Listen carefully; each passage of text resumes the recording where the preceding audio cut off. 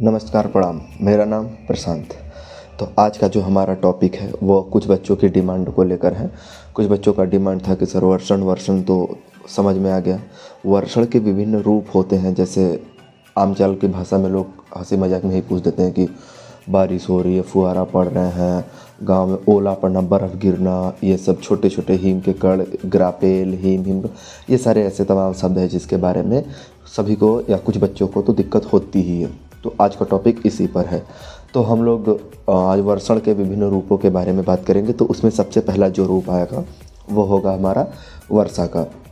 जी हाँ, वर्षण के मामले में सबसे अधिक मात्रा में जिसके रूप देखे जाते हैं, जो सबसे महत्वपूर्ण रूप होता है वो होता है वर्षा का।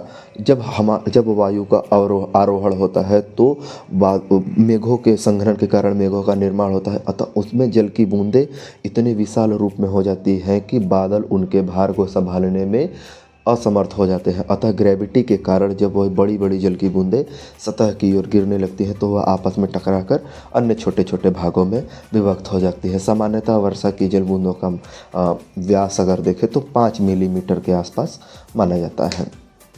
ये होता है वर्षा। वर्षा के बाद अगर हम बात करें फुहारे की, तो यह वर्षा का ही एक रूप होता है, किंतु इसका व्यास और सतह पर आने की गति में अंतर आ जाता है।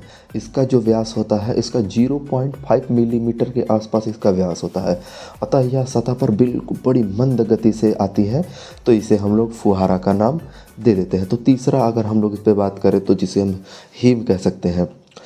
संघनन की क्रिया अगर हिमांक बिंदु पर हो रही है। हिमांक बिंदु किसे कहते हैं? जल को बर्फ़ में बदलने वाली वह टेम्परेचर की दशा जहाँ पर जल बर्फ़ के रूप में कन्वर्ट हो जा रहा है, यानी 0 डिग्री सेल्सियस।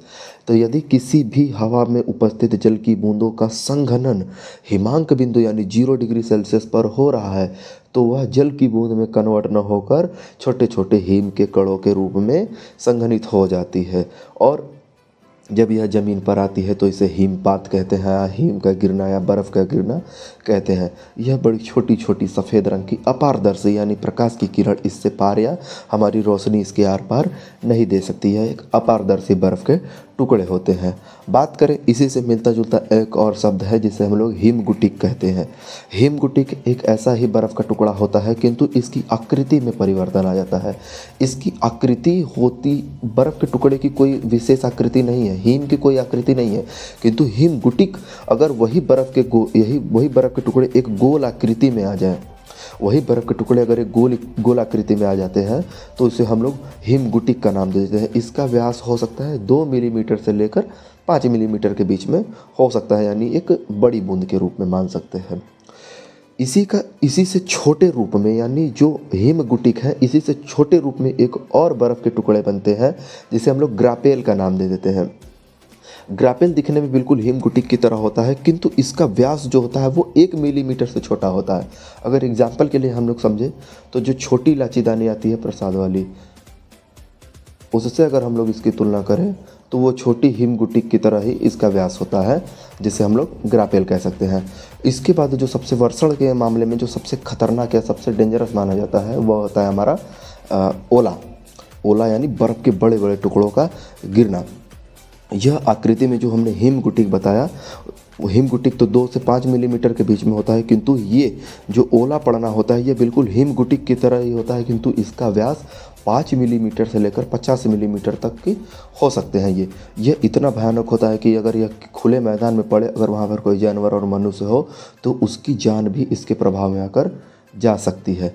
अगर हम लोग बात करें जमती हुई फुहारे की या जमता हुआ कोहरे की, तो अगर किसी भी वायु या किसी भी जल का संघनन 0 सेंटीग्रेड पर हो रहा है, 0 सेंटीग्रेड पर हो रहा है, तो वह 0 सेंटीग्रेड पर संघनन होने के बाद वह सतह की ओर आते आते भी इतना ही गर्म होगी कि वह सतह पर आकर एक जमी का रूप ले लेगी, यानी ये छोटे छोटे फुहारे के रूप में आएंगी, किंतु सतह पर पहुँचते पहुँचते वह फिर भी जमे के रूप में रहेंगी। तो पत्तियों पर बर्फ़ के परतें ऐसे ऐसे जमी आपको दिख सकती हैं, तो इसे हम लोग जमती हुई फुहारा या जमता हुआ कोहरा कह सकते हैं। और वर्षण के मामले में तो और भी होते हैं, पर सबसे लास्ट में हम लोग इसको रखते हैं स्लीट या इसको सहिम वर्षा का भी नाम आमचाल की भाषा में दे देते हैं। यानी कि जब बर्फ़ के गोले और वर्षा दोनों साथ साथ, यानी जल की बूंद और बर्फ़ के टुकड़े जब दोनों एक साथ सतह की ओर आएँ तो इसे हम लोग स्लीट या सहिम वर्षा कह देते हैं। तो आज हम लोगों ने जाना कि वर्षण के विभिन्न रूप क्या क्या हो सकते हैं। तो वीडियो आपको कैसी लगी, इसको ढेर सारा प्यार दीजिए। बहुत बहुत धन्यवाद। और हाँ, आप लोग या हमारे बच्चे जो भी वीडियो देखते हैं वो अगला वीडियो किस टॉपिक पर चाहते हैं वो टॉपिक कमेंट में छोड़ दे, तो हम जिससे कमेंट देखें तो हमें पता चले कि बच्चों की यह डिमांड है, जिससे हम उस पर अगला वीडियो बनाएं। धन्यवाद।